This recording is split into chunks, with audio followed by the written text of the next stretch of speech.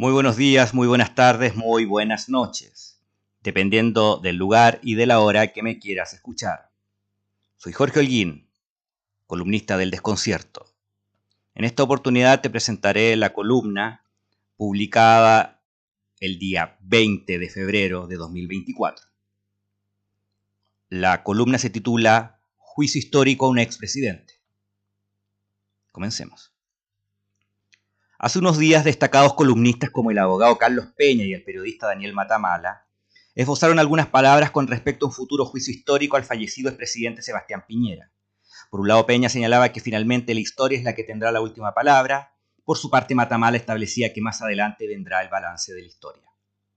De ambas columnas subyace una primera idea de que será la historia la que proveerá la verdad acerca del legado político del difunto exmandatario. Asimismo, de ambas frases subyace una segunda idea importante. ¿Qué pasa? Porque hoy temporalmente sería muy temprano por encontrar la verdad del sujeto histórico recientemente fallecido. Como historiador profesional, permítame responder a ambas afirmaciones. Historiográficamente existió una clásica escuela de interpretación del pasado denominada tradicionalmente como positivista. En concreto, esta corriente planteaba que para alcanzar una correcta y a la vez verdadera interpretación de los acontecimientos históricos, temporalmente se debía esperar el paso de al menos una generación de personas, es decir, unos 40 a 50 años. Así, pensaban ellos, los historiadores que analizarían esos hechos en el futuro estarían menos prejuiciados para interpretar el pasado y a su vez esos historiadores estarían mucho más cerca de alcanzar la verdad de los mismos acontecimientos. Esa creencia a su vez sostenía que la historia no solo era objetiva en su proceder, sino que igualmente era posible interpretarla como una verdad absoluta. Pensar y abordar de manera absoluta y objetiva la reconstrucción histórica del Estado recibe el nombre de historia oficial. Desde el siglo XIX y hasta la actualidad, mediante la enseñanza de la historia oficial, el Estado-nación chileno ha realizado un permanente ejercicio de autolegitimación ciudadana que impida todo tipo de cuestionamiento tanto a su génesis como a su subsistencia.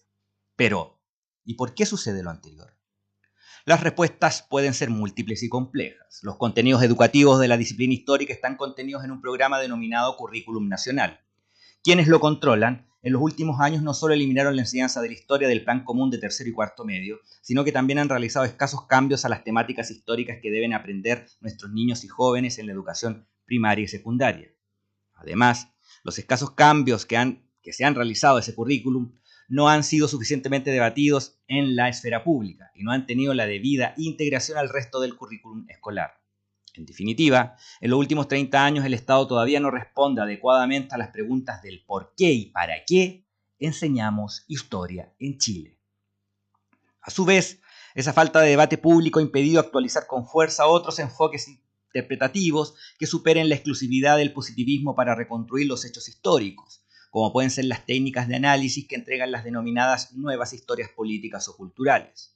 De aplicar todo lo anterior, por ejemplo, se podría someter a un necesario juicio público al numeroso panteón de héroes militares, compartido muchas veces canónicamente con otros héroes civiles, como ha sido el caso de los expresidentes chilenos ya fallecidos. De esta manera, a estos actores políticos se los podría estudiar no solo desde sus luces, sino que también desde las sombras que los acompañaron al interior de las esferas pública y privada.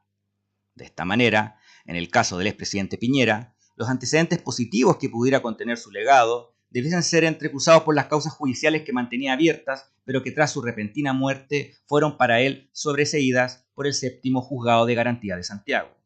Por un lado se encontraba la investigación por eventual soborno, cohecho y fraude al fisco en la compraventa final realizada en paraísos fiscales del polémico proyecto de Minera Dominga y que, según lo develaron los documentos Pandora Papers en 2021, su última operatoria financiera se habría finiquitado cuando Piñera ostentaba el importante cargo público de presidente de la República.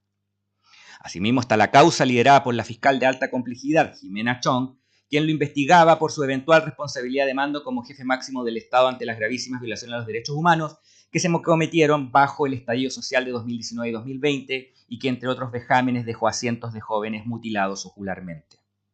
En conclusión, y siguiendo las reflexiones de la destacada historiadora estadounidense Lynn Hunt, quien en su libro Historia, ¿por qué importa?, se pregunta sugerentemente acerca de las controversias públicas que se generan cuando la ciudadanía cuestiona el proceso de sacralización que realizan los estados nacionales. Ella directamente y sin tapujos advierte que los políticos mienten acerca de los hechos históricos y, por tanto, entre líneas anima a los lectores a investigar sin miedos todas las acciones del sujeto público que el Estado-nación desea sacralizar. Hunt finalmente plantea que La verdad histórica ha llegado a convertirse en un acto necesario de coraje cívico.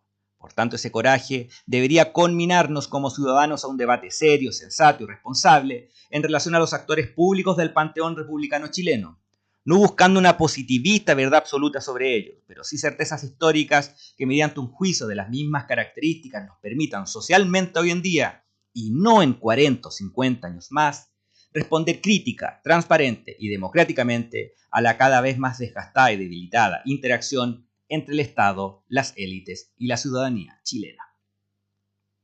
Soy Jorge Holguín, doctor en Historia, columnista del Desconcierto. Nos vemos en otra oportunidad. Adiós.